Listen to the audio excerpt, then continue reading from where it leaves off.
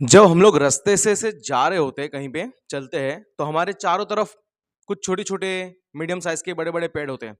और ये पेड़ जो होते हैं वो लिविंग है, आपको पता ही है, लिविंग थिंग्स है, लिविंग ऑर्गेनिज्म है, जिंदा है ना।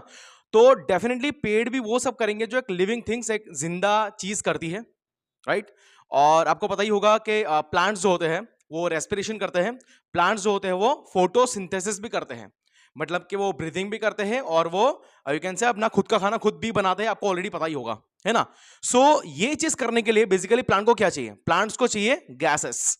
क्या चाहिए उसको, गैस चाहिए, जैसे ऑक्सीजन हो गया एंड कार्बन डाइऑक्साइड हो गया, ये आपको ऑलरेडी पता ही होगा। ओके, तो अब क्वेश्चन ये आता है कि प्लांट के पास ऐसा कौन सा पार्ट है, ऐसी कौन सी चीज है जिससे वो गैस का एक्सचेंज कर पाएगा, गैसियस एक्सचेंज कर पाएगा।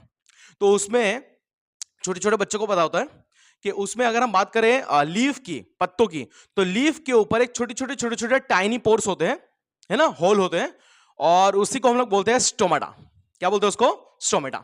सही है। तो आज का हमारा टॉपिक यह है, आज हम समझने वाले हैं कि opening and closing of stomata किस तरीके से होता है। क्योंकि जो नॉर्मल ग्रासलैंड या फॉरेस्ट प्लांट है जो हमारे आजू बाजू होते हैं, चारों तरफ होते हैं, वो नॉर्मली दिन में खुले होते हैं स्टोमेटा, राइट। उसके स्टोमेटा दिन में खुले होते हैं और रात को क्लोज होते हैं, बंद होते हैं। सही है। तो उसको आज हम लोग समझने वाले हैं कि किस तरीके से स्टोमेटा दिन में ओपन होते हैं और रात को क्लोज होते हैं, उसका एक्चुअल मैकेनिज्म क्या है वो आज हम लोग समझने का ट्राई करेंगे। ये आपको 10th स्टैंडर्ड के एनसीईआरटी में दिया हुआ है और डेफिनेटली बोर्ड्स के एग्जाम में आने की पॉसिबिलिटी बहुत ज्यादा है क्वेश्चन की, तो इसको हम लोग प्रॉपर्ली समझने का ट्राई करते हैं। आओ। ओके, तो ये स्ट्रक्चर है आपके सामने ही है। ओके, ये स्ट्रक्चर डेफिनेटली लीफ का रहेगा, मतलब लीफ के ऊपर रहेगा, और उसमें आप लोग देख सकते हो कि ये बीच का जो ओपनिंग है उसको हमने क्या बोला हुआ है, स्टोमेटा बोला हुआ है। सही है। उसके बाद उसके साइड में जो सेल्स है, किडनी शेप के जो सेल दिख रहे हैं ना आपको, उसको बोलते हैं गार्ड सेल। और वो गार्ड सेल में जो मैंने दिखाया ये वाला, ये डेफिनेटली उसका है क्लोरोप्लास्ट। ये क्या है उसका, क्लोरोप्लास्ट। क्लोरोप्लास्ट जो फोटोसिंथेसिस करने में बहुत ज्यादा काम में आता है, राइट। और वही गार्ड सेल के सराउंडिंग में कुछ मॉडिफाइड एपिडर्मल सेल्स होते हैं, मॉडिफाइड एपिडर्मल सेल्स होते हैं, उसको बोलते हैं सब्सिडरी सेल्स। चलो, तो ये आपको बेसिक स्ट्रक्चर क्लियर हो गया होगा। जब स्टोमेटा ओपन होता है तो कुछ इस तरीके से दिखता है। सही है। अब सिर्फ मैंने क्या किया है कि प्रॉपरली समझाने के लिए यहां पे एक बड़ा सा गार्ड सेल लिया है और यहां पे एक बड़ा सा सब्सिडरी सेल लिया है, ताकि आपको समझ में आए चीजें और आप लोग प्रॉपरली उसको मतलब अंडरस्टैंड कर पाओ, है ना। चलो, तो गार्ड सेल में डेफिनेटली स्टार्च बन के रेडी होता है, क्योंकि मैंने ऑलरेडी बता दिया कि यहां पे क्लोरोप्लास्ट है, तो यहां पे होगा फोटोसिंथेसिस और यहां पे बनेगा ग्लूकोज। सही है। और उसमें से ग्लूकोज आपको पता है कि खुद को स्टोर करता है as a reserve food material in the form of starch. Glucose starch बनाएगा और सेल्स के अंदर खुद को स्टोर करेगा। सही है। और ये डेफिनेटली कहां पे स्टोर रहेगा, गार्ड सेल के अंदर स्टार्च आपको मिल जाएगा। अब ये स्टार्च आगे कुछ केमिकल रिएक्शंस करता है और बनाता है मैलिक एसिड।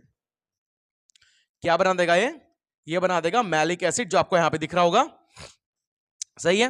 अब ये मैलिक एसिड आगे भी कुछ रिएक्शन करेगा, केमिकल रिएक्शंस, और उससे वो दो चीज बनाएगा, एक बनाएगा मैलेट आयन और दूसरा बनाएगा H+ आयन। सही है। तो यहां पे कुल मिला के देखो हमें क्या करना है कि यहां पे एक आ गया, समझ लो कि मैलेट आयन, मैंने M आयन लिख दिया, मतलब समझ लेना मैलेट आयन बनाएगा। दूसरा यहां पे बहुत सारे H+ आयन बनाएगा, बहुत सारे क्या बनाएगा, H+ आयन बनाएगा। अब अगर आप ध्यान से देखो तो यहां पे देखो H+ आयन गार्ड सेल में बहुत ज्यादा है और सब्सिडरी सेल में H+ आयन है ही नहीं। So according to simple diffusion mechanism क्या होगा यहां पे, क्या होगा यहां पे देखो, यहां पे H+ आयन कहां से कहां जाएगा, higher concentration to lower concentration जाएगा। सही है, क्लियर इतना। तो यहां पे बहुत सारे क्या आ गए भैया, H+ आयन आ गए, बहुत सारे क्या आ गए, H+ आयन आ गए। क्लियर है। अब उसे बैलेंस तो करना पड़ेगा ना, बिकॉज ये क्या हो गया आपका, ऑस्मोटिक इंबैलेंस हो गया।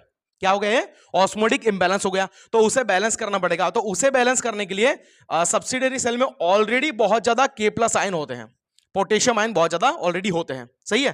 तो अब सब्सिडरी सेल में से बहुत सारे जो K+ आयन है वो क्या करेंगे, वहां पे जाना शुरू करेंगे। कहां पे जाना शुरू करेंगे, गार्ड सेल में जाना शुरू करेंगे, उसे बैलेंस करने के लिए। क्योंकि क्या हुआ, H+ आयन यहां से यहां आ गया ना, तो उसे बैलेंस करने के लिए K+ आयन यहां से यहां चला गया, लेकिन फिर भी ये ऑस्मोटिक इंबैलेंस बैलेंस नहीं हो पाता है। इतना सब कुछ करने के बाद भी। तो फाइनली अब क्या होता है कि according to the osmotic pressure, आपको शायद पता होगा ऑस्मोटिक प्रेशर क्या होता है, उसे बैलेंस करने के लिए फाइनली सब्सिडियरी सेल में से बहुत ज्यादा अमाउंट में H2O मतलब कि वाटर मॉलिक्यूल कहां पे चले जाएगा, गार्ड सेल में चले जाएगा। और इस तरीके से क्या होगा, गार्ड सेल में बहुत ज्यादा H2O जाने से क्या होगा, और देखो ये प्रोसेस का नाम क्या है कि H2O बहुत ज्यादा गार्ड सेल में चला गया, उसको हम लोग बोलते हैं एंडोऑस्मोसिस। क्या बोलेंगे इसको अपन, एंडोऑस्मोसिस, राइट। और एंडोऑस्मोसिस के रिजल्ट से क्या होगा, गार्ड सेल क्या हो जाएगा, टर्जिड हो जाएगा। क्या हो जाएगा, टर्जिड हो जाएगा। यहां पे लिखा हुआ है मैंने, टर्जिड बोले तो क्या, स्वेल हो जाएगा, बहुत ज्यादा फूक जाएगा, बराबर है। और जैसे ही गार्ड सेल स्वेल्ड हुआ, उसके इनर वॉल पे प्रेशर बढ़ जाएगा, इनर वॉल पे प्रेशर क्या होगा, बढ़ जाएगा। देखो मैं थोड़ा आपको दिखाने का ट्राई करता हूं, लाइक ऐसे रहेगा गार्ड सेल, तो वो कुछ इस तरीके से हो जाएगा, सही है। और फाइनली इनर वॉल पे प्रेशर बढ़ते ही क्या हो जाएगा, स्टोमेटा ओपन हो जाएगा, सही है। तो ये प्रोसेस कब हुई, ये प्रोसेस हुई दिन में, जब यहां पे सनलाइट अवेलेबल था, जब यहां पे you can say guard cell के अंदर ग्लूकोज बन गया, ग्लूकोज ने स्टार्च को स्टोर किया, फिर आगे मैलिक एसिड बना, फिर H+ आयन मतलब बना, और इस तरीके से प्रोसेस आगे बढ़ी। मतलब डे टाइम पे इस तरीके से कुछ प्रोसेस होगा, मैकेनिज्म होगा, जिससे क्या होगा कि यहां पे आपका स्टोमेटा क्या होने वाला है, ओपन होने वाला है, सही है, क्लियर इतना। तो मतलब डे टाइम में प्रॉब्लम नहीं है गैस एक्सचेंज का, डे टाइम में स्टोमेटा क्या रहेगा, ओपन रहेगा। तो ये स्टोमेटा में से कोई भी गैस अंदर जा सकता है, कोई भी गैस बाहर आ सकता है। नॉर्मल प्लांट्स की बात करें तो दिन में क्या होता है कि प्लांट बॉडी क्या लेगा, CO2 अंदर लेता है, कार्बन डाइऑक्साइड लेता है, और O2 बाहर निकालता है, सही है। इस तरीके से एक्टिविटी होती है। चलो, तो ये हो गया आपका ओपनिंग ऑफ स्टोमेटा। नेक्स्ट आएगा क्लोजिंग ऑफ स्टोमेटा। ये आपको दिख रहा होगा कि ये नाइट में होगा, रात में होता है भाई। नॉर्मल प्लांट्स जो होते हैं ना हमारे सराउंडिंग, उसकी हम लोग बात कर रहे हैं, तो ये रात में होता है।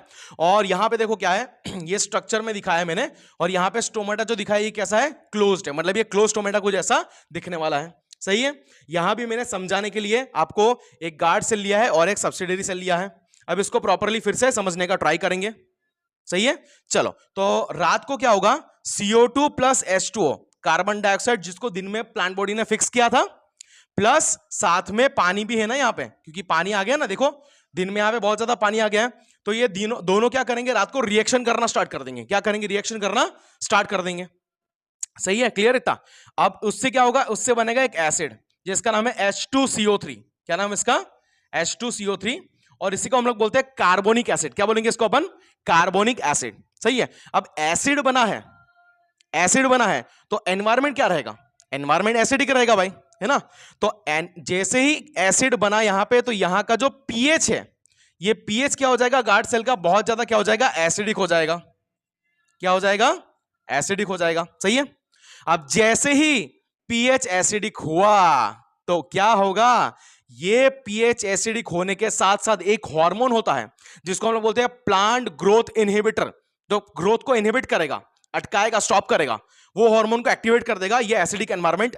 और वो हार्मोन का नाम है ABA, एब्सिसिक एसिड। क्या नाम है उसका, एब्सिसिक एसिड। ये हार्मोन क्या हो जाएगा, एक्टिवेट हो जाएगा।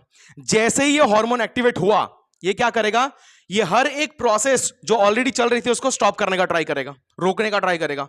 जैसे यहां से जो K+ आयन यहां पे आ रहे थे दिन में, उसे क्या कर देगा, स्टॉप कर देगा। समझ में आ रहा है, K+ आयन को क्या कर देगा, स्टॉप कर देगा। अब K+ आयन के एंट्री इसने स्टॉप कर दी तो क्या होगा, वंस अगेन ऑस्मोटिक इंबैलेंस हो जाएगा, सही है। और वही ऑस्मोटिक इंबैलेंस को फिर से बैलेंस करने के लिए जो बचा कुचा पानी है, मतलब कि वाटर मॉलिक्यूल जो है, कहां से, गार्ड सेल में से वाटर मॉलिक्यूल कहां जाना शुरू कर देगा, ये वंस अगेन सब्सिडरी सेल में जाना शुरू कर देगा, सही है। तो इसी प्रोसेस से क्या होगा, ऑस्मोटिक बैलेंस मेंटेन होने का मतलब शुरू हो जाएगा, ऐसा बोल सकते हैं, सही है। और इसी से क्या होगा, डेफिनेटली गार्ड सेल से पानी बाहर गया, उसको बोलेंगे अपन एक्सोऑस्मोसिस। जैसे एक्सोऑस्मोसिस हुआ, गार्ड सेल क्या हो जाएगा, फ्लैसिड हो जाएगा, मतलब कि श्रिंक हो जाएगा पूरा, सही है। श्रिंक जैसे होगा, क्योंकि उस पे क्या है कि उसके इनर वॉल पे प्रेशर क्या हो गया, कम हो गया, तो डेफिनेटली क्या हो जाएगा, श्रिंक हो जाएगा। पानी बाहर गया तो प्रेशर कम हो गया, तो क्या हो जाएगा, श्रिंक हो जाएगा। और finally because of that stomata क्या हो जाएंगे, यहां पे क्लोज हो जाएंगे, ठीक है। चलो, तो ये कुछ नॉर्मल और बेसिक मैकेनिज्म्स था जो आपको पता होना चाहिए था, opening and closing of stomata, ठीक है।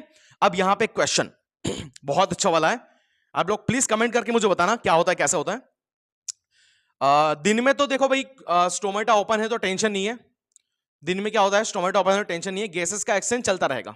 नॉर्मली क्या होता है दिन में कि प्लांट CO2 लेते हैं और O2 को निकालते हैं बाहर, ये आपको पता ही है। लेकिन लेकिन लेकिन रात में स्टोमेटा क्लोज्ड है, रात में स्टोमेटा क्लोज है, लेकिन प्लांट को रेस्पिरेशन तो 24 घंटा करनी है ना, 24 घंटा उसको रेस्पिरेशन करना है, गैस एक्सचेंज करना पड़ेगा। बट रात को स्टोमेटा क्लोज है, तो ऐसे कौन से पार्ट है या ऐसी कौन सी चीज है जहां से प्लांट गैस एक्सचेंज करेगा, बिकॉज स्टोमेटा तो क्लोज है। और हमने ये भी सुना है ना हमारे नानी माँ से, दादा दादी से, कि रात को पेड़ के नीचे नहीं सोना चाहिए, भूत आते हैं। भूत नहीं आते हैं, सच क्या होता है कि रात को पेड़ जो है, मतलब प्लांट जो है, वो CO2 को रिलीज करते हैं, एनवायरमेंट के अंदर छोड़ते हैं और O2 को लेते हैं, ऐसा हमें बताया गया है। मतलब रात को भाई गैस एक्सचेंज तो होगा, बट रात को स्टोमेटा क्लोज है, तो आपको यह बताना है कि रात को गैस एक्सचेंज कैसे होगा और कहां से होगा। यह आज का आपका होमवर्क है, सही है। चलो, तो आई होप कि आपको ये पूरा क्लियर हो गया होगा, मैकेनिज्म जो मैंने बताने का, समझाने का ट्राई किया है। Thank you so much, thank you.